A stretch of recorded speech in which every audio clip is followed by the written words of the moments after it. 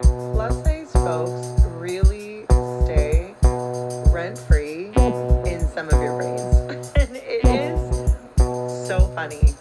It's hilarious because in the 15 years that I have been fat and online, the one consistent thing that I see is people shitting all over us for just existing. For just existing. Nope, that's not it at all. Myself and my colleagues, we critique what you say. We don't go after fat people just because they're existing. Nobody is making content about, haha, look at this fat person. We are critiquing what you say. And what you say is that morbid obesity is healthy. And it's not. That's why the word morbid is in the title. Morbid obesity. It takes away your life. Statistics show that obesity-related deaths are multiplying. Back in 1990, we only had 1.5 million deaths related to obesity. But in 2021, it went up to 3.5 million. Obesity is killing people. That is what we're talking about. We are not criticizing people for just existing. We are criticizing the words that come out of your mouth. If you guys really hate plus size people as much as you say you do, then leave us alone. Let us exist. But that is exactly what we are trying to do. Let you exist longer. Because obesity steals years of your life. Statistics show that moderate obesity can take up to 2.5 years off your life, but if you're morbidly obese, like Tess Holliday, you can lose up to 10 years off of your life. So yes, we are trying to help you exist. Shouldn't bother you. Shouldn't bother you that we sell out of your merch and show up looking better than most. And we're still fat. That is such a strange argument.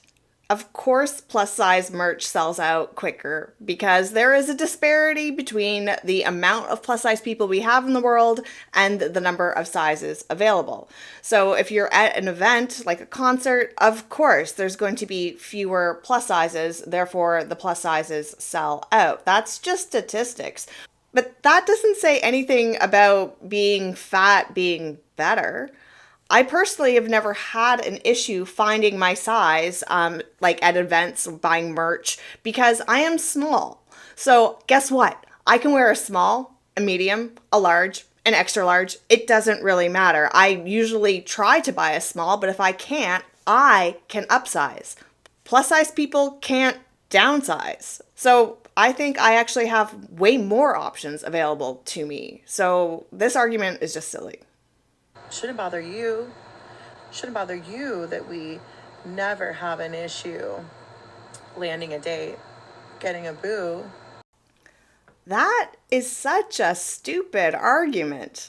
I don't think any of us actually care if you date or get a boyfriend. That's not a concern. I don't think any of my colleagues make videos about, hey, Tess Holliday has a boyfriend.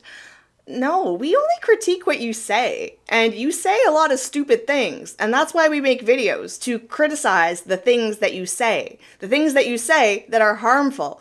We really don't care about your dating life.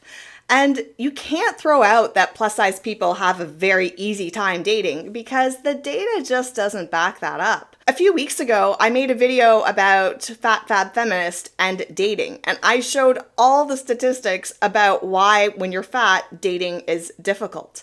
Tess Holliday does not have a problem. Why? Because she's Tess Holliday, because she's a famous model. And I'll give her this. I think she's beautiful. Okay, she's got a very, very pretty face. And I understand why she can get dates. But she doesn't represent the population. And if we look at some more data, there was a college study done in 2005 on dating preferences of college boys. And based on BMI, you can see that per point added on BMI, so the heavier you get, there's a 6 to 7% decline in options for you to date. Meaning a bunch of college boys said, hey, I would never date a girl that had a BMI of 35. So this is what the data says. I have no idea what Tess Holliday's dating life is, but I do think it's fair to say that her dating life does not represent the plus size population. It just does not. Shouldn't matter. If fat people weren't in your orbit and in your brain as much as you deny that they are, it shouldn't bother you that we go to gyms and work out and take care of ourselves and do the things and are in the spaces that you are. Shouldn't matter. But it does matter. People do not care if you are in their spaces. I see fat people at the gym all the time, and it doesn't faze me. It doesn't faze most people. I think that there are some a-holes out there that will have something to say, but that ain't the general population. And what we critique is not that you are in our spaces and exercising. That ain't it at all. I critique if you go to the gym and then eat 10 Big Macs and then call it healthy. Because yes, fitness is important to our health, but the excess adipose tissue itself is problematic. So if you're exercising and not losing weight while being morbidly obese, you're not doing yourself as much of a favor as you think. Because if we look at the data, independent of exercise, does not matter how fit you are, the excess adipose tissue itself causes inflammatory issues, immune infiltration, visceral fat augmentation, organ enlargement, and chronic diseases. And these things happen independent of your fitness. So this is what we're critiquing. We're critiquing that the gym itself will not save you. It's diet. You need to work on your diet to improve your overall health. That is the statement that we're making. We are not criticizing people going to the gym. We are not upset that fat people in our spaces. This does not exist. This is a stupid argument. It does. And you know why? Because you're jealous of us. That is literally all it is. You're jealous that we are able to be happy and exist in our big fat bodies, and that threatens everything that you have ever been told about the patriarchy. It isn't jealousy, it's epidemiology. Okay, by normalizing obesity, we are removing the societal guardrails of health. We have a societal definition of what body size is healthy. Right or wrong, we do have that. And that societal guardrail kind of keeps us a bit in check. This is not the same thing as race, okay? Race was a fake guardrail that we had because it wasn't backed up by any sort of science. But obesity is. Obesity is a risk, and we should not be afraid to discuss it and how risky it is to be obese. Now, the next part, I am just waiting for the comments because I know you and I know exactly which one of my subbies is going to say something about the patriarchy. That no, we don't live in a patriarchy, fat acceptance, blah, blah, blah. This is not a patriarchy. Okay, I am not going to dispute it, but I will say that there are two different definitions of patriarchy, okay? There is the legal version of a patriarchy, which has laws that prevent women from advancing. But then there is the set of values, the social patriarchy, which exists when you see big companies that are run by men or places where men hold all the power. So there is a societal patriarchy and there's a legal patriarchy. And I already know which of my subbies is going to come and say, we don't live in a patriarchy. This is nonsense. Okay, fine. I'm not going to debate that. But I will say that the societal patriarchy still exists in pockets. And the irony here is that Tess feeds very much into the societal patriarchy because she's ultra feminine. She spends a lot of time doing beauty. She spends a lot of time doing her hair. She is the societal standard of feminine minus the weight. So she supports the patriarchy more than she knows. Because, Tess, if the patriarchy wants women to be ultra feminine and you want to rebel against it, why do you get your nails done and your hair done and wear nice clothes? Why do you do all of those things? Because those actions paint you more into what a woman should be box than anything else. And to prove my point, this is how she signs off.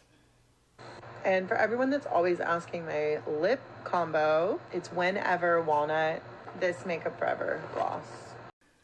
And isn't that funny? She signs off the video by feeding the patriarchy. Because what is more patriarchal than painting yourself into the box of what a woman is? Now, I think it's really, really funny that Fat Acceptance likes to attack the diet industry, saying it's patriarchal to lose weight and don't feed that billion-dollar diet industry.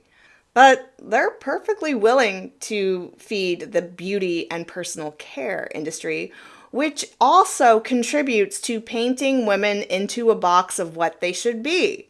And we know that Tess Holliday does all the things. She gets her nails done, she gets her hair done, she gets her makeup done, she gets fancy clothes. She feeds the patriarchy more than anyone.